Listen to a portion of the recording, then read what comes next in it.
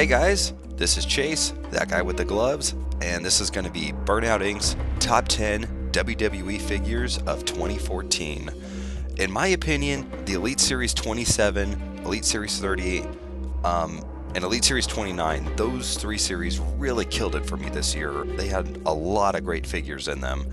I'm not a big basic series collector, so you're not going to see a whole lot on here. I'm primarily just an elite collector. That's what I tend to use in my stop motions, and I like them for their detail, their posability, and the amount of accessories they come with. But every once in a while, I'll pick up a basic just to do a custom or a head swap or something of that nature. Right here, you guys are seeing my honorable mentions. So these guys were really, really great, but they just couldn't crack my top 10. So starting all the way over to the left, you'll see in the very front, there's the Elite Series 28 Daniel Bryan. I like the ring attire. The yes sign was cool. The championship title was cool. They reused the head scan from the Best of Pay-Per-View 2013 Paul Heyman Build-A-Figure series, which I like, but it just sort of knocked it down a little bit. Behind him is the Elite Series 27 Billy Gunn. I like the shirts he came with. The two headbands were really cool. I like the attire, but it didn't say Mr. Ass or Badass Billy Gunn on the back because, it's Mattel and we have to be PG. Right behind him is the Elite Series 29 Luke Harper. It's a great figure. It's probably number 11 on my list, so it just barely missed my top 10. In front of him is the Elite Series 32 Daniel Bryan, or Daniel Wyatt. I thought the jumpsuit was really cool, the attire underneath is awesome, and I think the face scan is pretty good, even though they did sort of just paint over brown plastic, so it doesn't really match perfectly with the rest of the body. It's still really good. In front of him, though, is the Elite Series 27 Fandango. This figure is amazing. I love the head scan.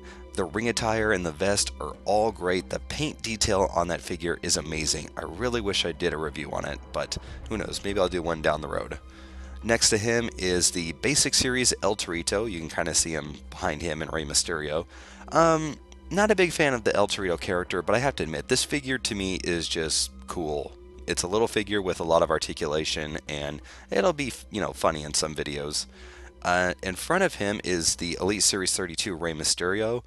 The flesh tone is all over the place on this figure. The chest doesn't match up with the face, the arms don't match up with the face or the chest. It's really weird. Other than that, though, the mask is cool. The little eagle things on his wrists are awesome. The attire is great, and I love the Cruiserweight title, even though it's not the WCW version. Let's see, behind El Torito is the Elite Series 32 Mark Henry. It's the best Mark Henry figure ever. Love the attire. It comes with a pair of hair clippers, steel steps, and a table. It's really cool. Behind him is the Elite Series 29 Andre the Giant. I've got a review coming up for that figure, so I'll say what I like about it in that one. In front of him is the Elite Series 30 Lex Luger. I love this figure. The mullet was a little too long for that era, if I remember correctly. And I really wish it would have came with his red, white, and blue jacket that he used to wear. But the attire's great, and he comes with silver dumbbells, so it's a cool added accessory. Behind him is the Elite Series 28 Crush. Next to him is the Elite Series 29 Eric Rowan. Love the mask, and even though the articulation is limited, I think the molded jumpsuit is actually really cool. And he comes with Bray Wyatt's rocking chair, so that sort of, completes the Wyatt family trio of accessories. Next to Rowan is the Elite Series 30 Hawk. I love this figure. It was absolutely great. He had a couple of defects here and there that kind of brought it down for me, but overall, it's a great figure. In front of him is the Elite Series 27 Rob Van Dam. The singlet on him is absolutely great. The amount of detail is awesome. The face scan is really, really good. I loved it. He comes with a steel chair accessory, which is kind of lame. I really wish he could have came with a shirt or something like that, but the chair was one of his favorite weapons to use, so it's okay. And just missing my top 10 is the Defining Moments Ric Flair. I absolutely love that fabric robe. It is amazing. Just wow, that is by far one of the best accessories Mattel has ever made for any action figure ever. So these guys are out of the way. Let's get into my top 10 WWE figures of 2014.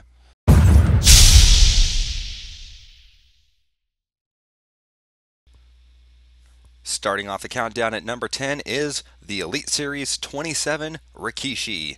When I look at this figure, it just brings a lot of joy to me. Rikishi was one of my favorite wrestlers from the Attitude Era. Absolutely loved him. Uh, this figure is great. The head scan is really cool. It kind of makes me laugh. I love all the stuff he comes with the sunglasses and his entrance gear, which thankfully fits over his ginormous ass. And I'm really happy too that he has the amount of articulation that he does for being such a big guy. So while he's going to stink face the rest of the competition, he's my number 10 pick for best figure of the year.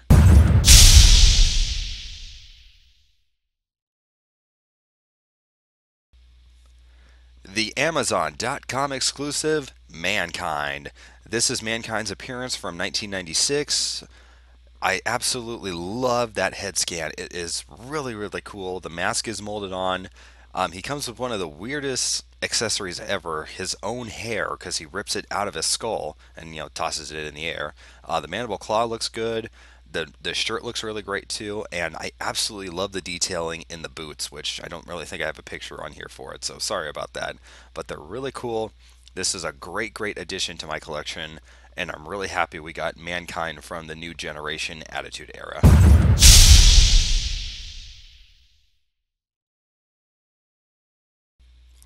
The Elite Series number 30, Batista. One of the gripes I had about this figure, and with a lot of figures this year, was that the flesh tone on the torso was not matching up with the head and the arms and stuff like that. But what easily sets this Batista above that is the detail in his tattoos. I mean, just look at this. On the back side of it with this dragon, it was so impressive that Mattel actually packaged him backwards, so all you saw was his back tattoo, and I think they were right to do so. I mean, this is amazing work. He didn't have that great a year in WWE, but he made a major impact in Guardians of the Galaxy, and this figure is awesome. Easily my number 8 figure of the year.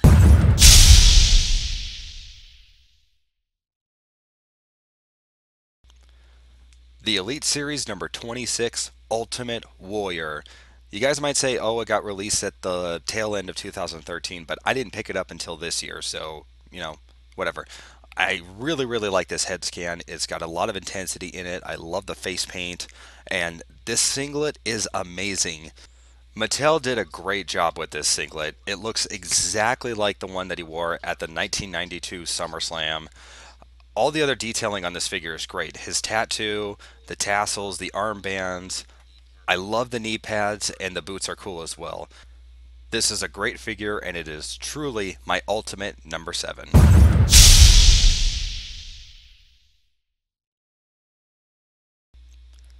At number 6, it's Vader time. The Elite Series number 31, Vader.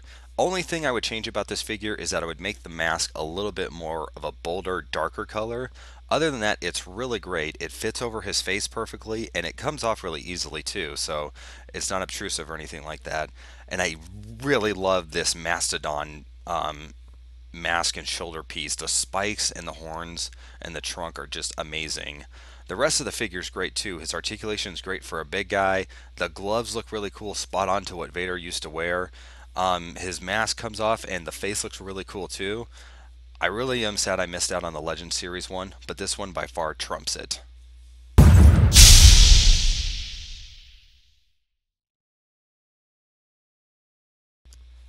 At number 5 is the Elite Series 29, Gold Dust. Comes with a wig, which unfortunately he's not wearing anymore, but he has a spot-on head scan with amazing face paint, reminiscent of Darth Maul from Star Wars. He has 2 shirts. I love the one he's wearing, and he also comes with his hashtag Brotherhood shirt, which the Elite Series 32 Cody Rhodes comes with as well.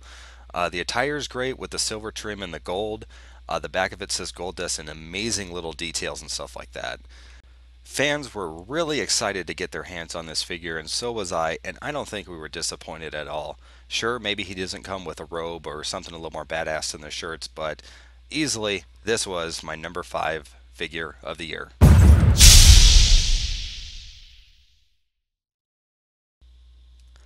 The WrestleMania 30 Elite Shawn Michaels. This one is based off of WrestleMania 14, and this series is basically just flashbacks, standalone flashbacks outside of regular Elite lineups. This one I loved a lot. Head scan is really great. It's probably the best Shawn Michaels head scan we've gotten so far. I like the entrance gear. I know some people don't like the fact that it was molded, but it works. He can move around in it. You can do some poses in it. So overall, I'm happy with it. And I love the red tights with the DX heart symbols. I think it's really great. This was a figure I was not expecting to get this year. So when these were announced, I was really, really excited for this Shawn Michaels.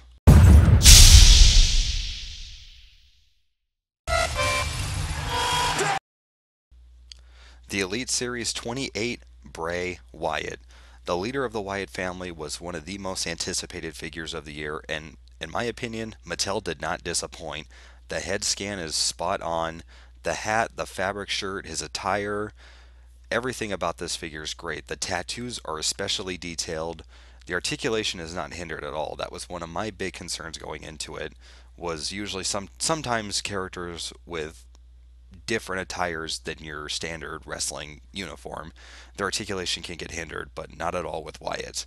He's by far one of the best figures Mattel has ever made, and he's definitely one of the best figures of 2014.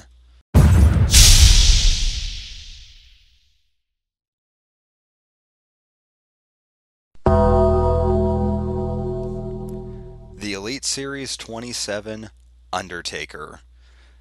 To date, this is my favorite of the modern day Undertakers. This entrance robe that he has with the cloak and the hood and the spikes and the straps and everything, it's just amazing the detail that Mattel was able to get into it. Even though it's not made out of fabric or movable material, just having Undertaker stationary in that thing is pretty badass. Outside of it, the tattoos are great. The head scan, I love it. I think it looks cool even with the mohawk that nobody else seems to like. I like his attire with the Rest in Peace Paul Bearer, and this was the last figure that was made of The Undertaker during his undefeated streak at WrestleMania. So to me, it's something special.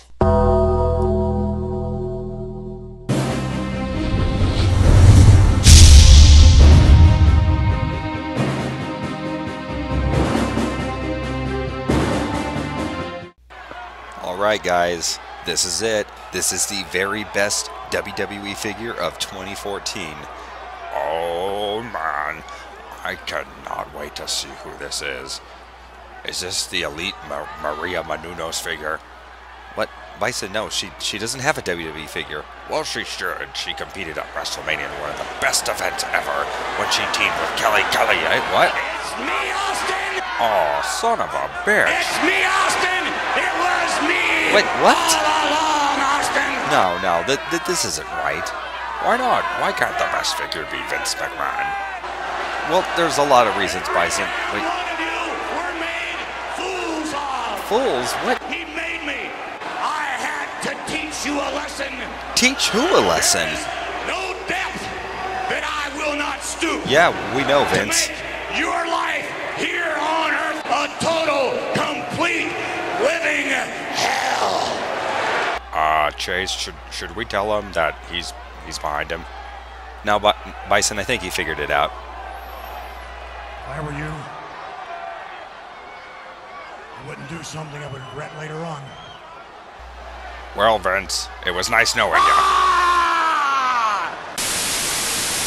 The Elite Series number 30 Animal, one half of the legendary Legion of Doom Road Warriors tag team. This figure is absolutely perfect to me. I don't even care that the torso doesn't perfectly match up with the arms and the head, skin tone wise.